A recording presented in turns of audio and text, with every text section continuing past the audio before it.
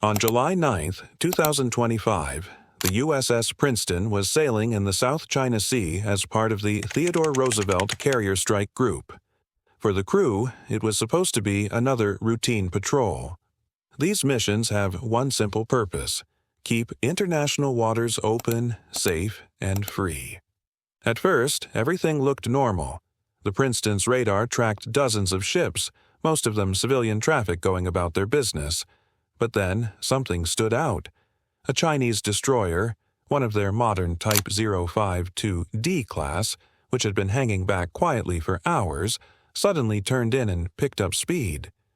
It went from cruising at a steady pace to racing at more than 30 knots directly toward the Americans. Inside the Princeton's combat center, no one panicked. The radar painted a clear picture of what was happening. At that speed, the Chinese ship would be within missile range in under 20 minutes. Everyone knew what that meant. On paper, the Chinese destroyer carried powerful anti-ship missiles, but the Princeton itself was armed with interceptors that could destroy those missiles long before they ever reached the group. But the threat was still serious. While the destroyer closed in, other pieces of the puzzle appeared. High above, an American E-2D Hawkeye surveillance plane picked up Chinese fighter jets lifting off from the carrier Shandong. They were heading south, climbing to altitude. The signatures confirmed them as J-15 fighters. These aircraft look dangerous, but they come with limitations. Because the Chinese carrier doesn't use catapults, the planes launch off a ski jump ramp. That means they can't carry as much fuel or weapons, and their combat time in the air is much shorter. Down below, sonar operators reported something else: the sound of a submarine creeping toward the formation. It was identified as a Chinese Type 039 diesel-electric submarine. Instead of moving quietly, it was noisy, easy to track, and stood no chance of sneaking up on anyone.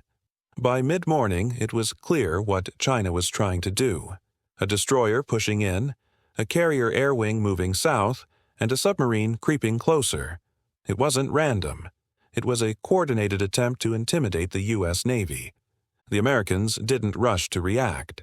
Instead, the strike group adjusted calmly. The destroyers guarding the carrier shifted position to form a tighter screen. The Roosevelt herself kept launching and recovering planes as if nothing had changed.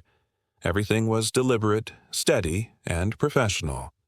The real test came a little later. The Chinese destroyer's radar suddenly stopped searching and locked onto the Roosevelt. In naval terms, this is the same as pointing a loaded weapon directly at someone.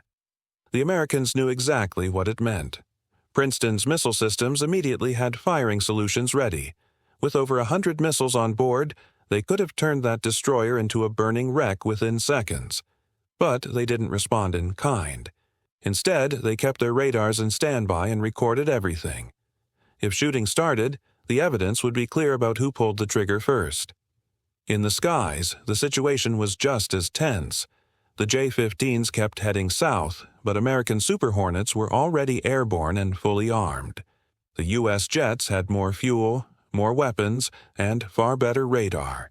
They spread into layers at different altitudes, creating overlapping coverage so that no Chinese plane could get close without being in someone's sights. The difference in technology was massive. The American fighters were linked together, each one sharing information in real time. If one jet saw a threat, all of them saw it instantly. The Chinese fighters had no such network. They had to stay close together to coordinate, which made them predictable and easy to track. Then the electronic warfare planes joined the fight. American Growlers carried jamming pods that disrupted Chinese radars and communications. On their screens, U.S. fighters seemed to appear and disappear, multiply into dozens, then vanish again. The picture was chaotic, and the Chinese pilots were left trying to fight shadows. One of them tried to show aggression by diving across the nose of an American fighter, passing dangerously close. The American pilot responded by calmly rolling behind the Chinese jet and locking him in his sights. For several seconds, the U.S. pilot had a perfect firing solution. One squeeze of the trigger would have ended the fight. No missile was fired. The American pilot simply pulled away. Meanwhile, the Chinese submarine made its move. It raised its snorkel to recharge batteries, a mistake that exposed its location completely. The Princeton had been tracking it for nearly an hour already, and now its position was confirmed to within meters. If combat broke out, the sub would have lasted less than 20 seconds before an American torpedo or rocket ended the story. To drive the point home, the Roosevelt launched a massive wave of aircraft. Dozens of Super Hornets, Growlers, and surveillance planes roared into the sky. The air above the carrier group was filled with American jets fully loaded and ready for combat. And then came the move that ended the Chinese show entirely. A Virginia-class U.S. attack submarine that had been shadowing the Chinese force for more than a week suddenly surfaced within sight of the Shandong. For 2 minutes, its black hull sat clearly visible on the water. Every lookout on every Chinese ship saw it. Cameras recorded it. The message was simple. The Americans had been watching the entire time, undetected. If this had been a real war, the Chinese carrier would already be sunk. The submarine slipped back under the waves, leaving silence and shock behind. From that point, the Chinese effort fell apart. Their fighters were already low on fuel from their hard climb to altitude. One by one, they peeled away and returned to the Shandong, many landing dangerously close to empty tanks. The destroyer stopped its aggressive approach and slowed down. The submarine's noisy track faded back into the background. The Chinese had been trying to pressure the U.S. carrier group into leaving the area. They wanted to show that the South China Sea was its backyard, and that even the U.S. Navy should think twice before sailing so close. But instead of forcing the Americans to leave, their bluff had been called. The Roosevelt Group held steady. In response, the United States decided to even increase its presence. Within days, 2 more carriers, the USS Ronald Reagan and the USS Abraham Lincoln, moved into the region.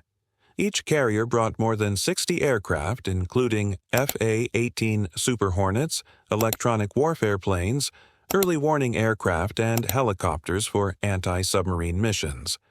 With 3 carriers now in the same area, the U.S. Navy had close to 200 aircraft ready to operate, far more than China could put in the air at once. 4 additional Arleigh Burke-class destroyers also joined the strike group. Each ship carried more than 90 missile launch cells. These cells could fire a mix of air defense missiles, long-range Tomahawk cruise missiles, and anti-submarine weapons. Their advanced radars allowed them to detect and track hundreds of targets across the sea and in the air. Together with the escorts already protecting the Roosevelt, the new arrivals gave the U.S. Navy 6 destroyers supporting 3 carriers. Instead of pushing the U.S. Navy out, China's move brought in even more American ships, aircraft, and weapons into the region. And, most importantly, the confrontation ended without a single shot fired.